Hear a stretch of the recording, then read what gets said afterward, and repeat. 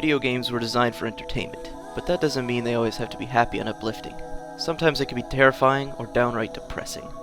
Games, much more than any other media, can really pack a punch when it comes to emotions such as fear and sadness, because you are actually playing the character in the situation.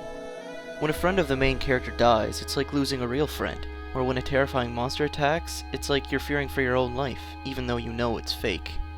And so I have made my top 10 saddest moments in video games. What you say? That it's all for the best, 'cause it is. So, Saints Row 2 is a silly game where you spray sewage at people's houses, right?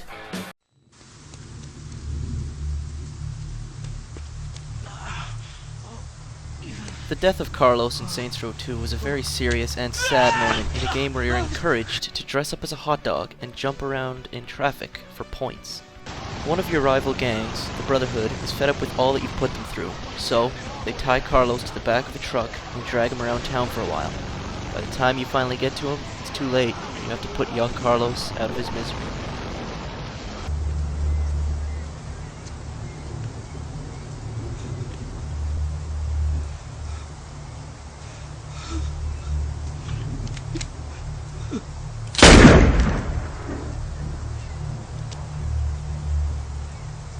What you say?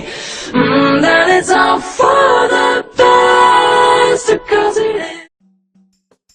Majora's Mask is a depressing game with a ton of depressing themes, like for example the moon hitting the town of Termina in 3 days, but some of the townsfolk decide to stay and finish their festival anyway, one last day of happiness. But to me, the most depressing thing in the game is the story of the Deku Butler's son. A character who appears at the very beginning of the game within the passage between Hyrule and Termina. His body was transformed into a small twisted tree and his soul was placed within the Deku Mask.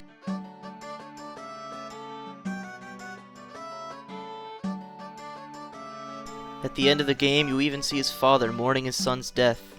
Now that's sad.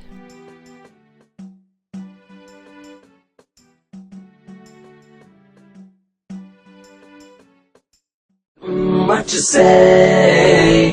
That it's all for the best, 'cause it is.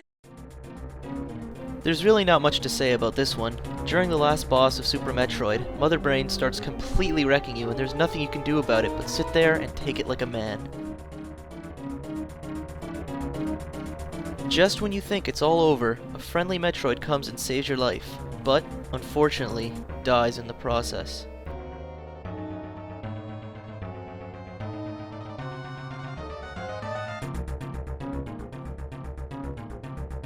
However, he did not die in vain. When he dies, he turns Samus into an ultimate badass so she can defeat Mother Brain. What a heroic little Metroid.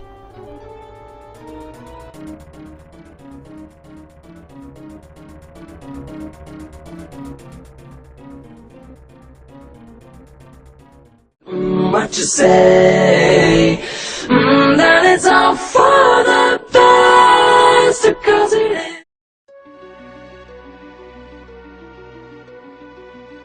Celis's attempted suicide is a very sad scene. After she is separated from her love Locke, she assumes he's been killed, and then her surrogate father Sid passes away.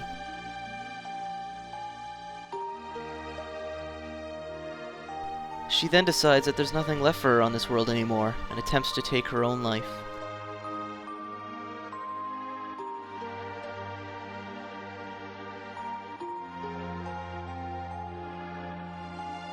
This fails, however, and she wakes up on a beach, where a bird wearing Locke's bandana shows up and fills her with hope that he is still alive. She gets a raft and goes searching for her lost love.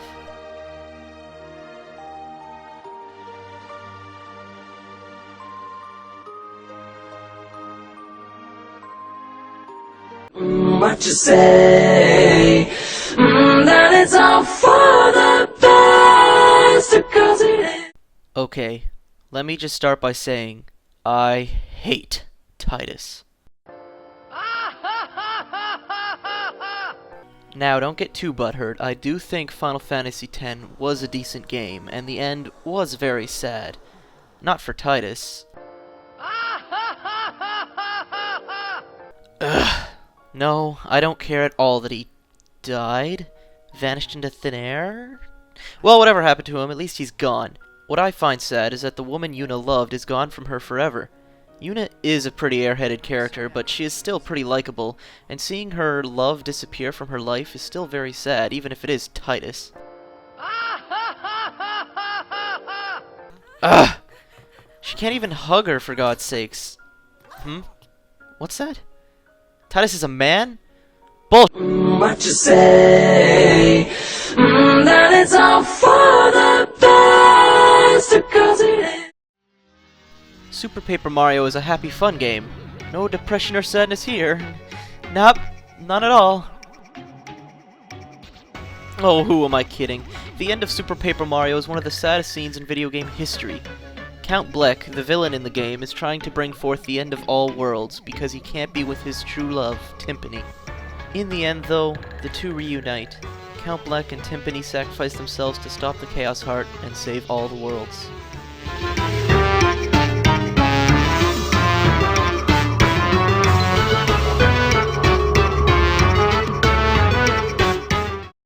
What you say? That it's all for the best, 'cause it is. Mother 3 is one of the best games of all time. It is simultaneously hilarious and depressing. At the end of the game, Lucas fights one-on-one with his brother Klaus, who is brainwashed by Porky. Lucas is pretty much powerless against him, and he basically just beats your ass for a few minutes until he hears the voice of his dead mother reminding him of who he is. Finally, he snaps out of it and is back to normal.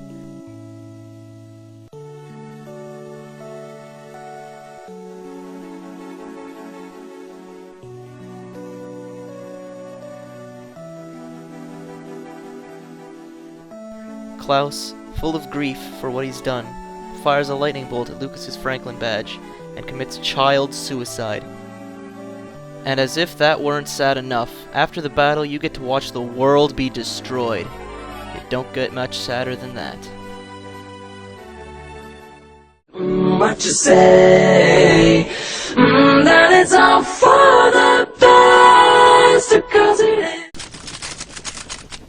Final Fantasy VII Crisis Core, otherwise known as Final Fantasy VII How Cloud Got His Sword, is an extremely fun game for the PSP, with probably the most depressing ending in any Final Fantasy game ever. I couldn't really think of anything to say about it, to be honest, so just watch.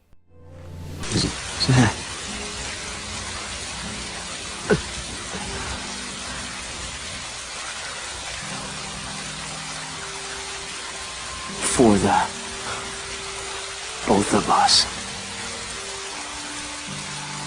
Both of us? That's right. You're gonna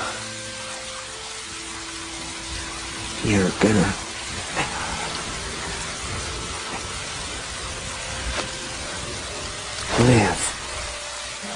My honor. My dreams.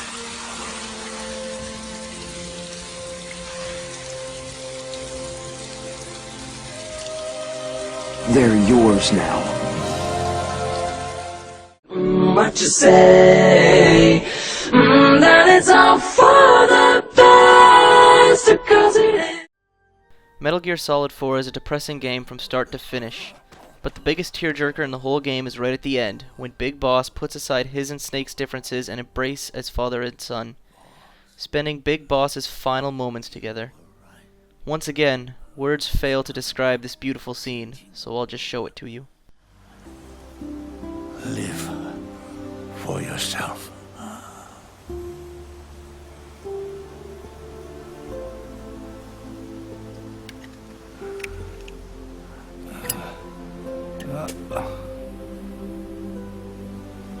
And find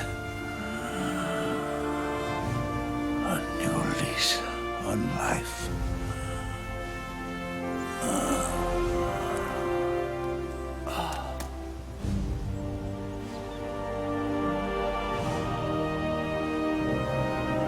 Boss, you only need one snake. No. The world would be better off without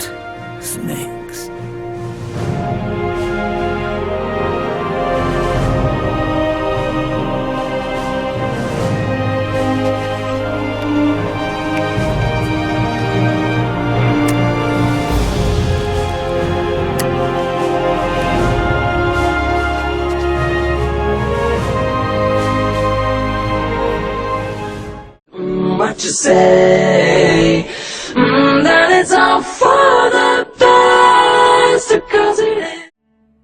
The whole premise behind Shadow of the Colossus is depressing. You play as Wander. The love of his life has passed away and he is willing to do anything to get her back. Wander makes a deal with a demon named Dormin that if he kills the 16 Colossus, then his love will return from the dead, and Wander agrees.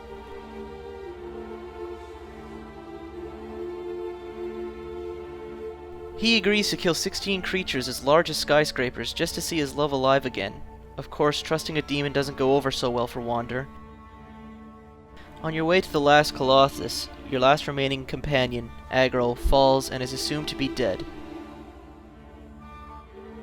While you fight the 16th Colossus, you think to yourself, why am I trusting a demon? Will this really bring her back? After finishing off the 16th Colossus, your body is possessed by Dormin. The last thing you see is your love lying, still dead, on the stone pedestal. Your reward for defeating the Colossus is that you get no reward. In the end, Dormin is banished and Wander dies.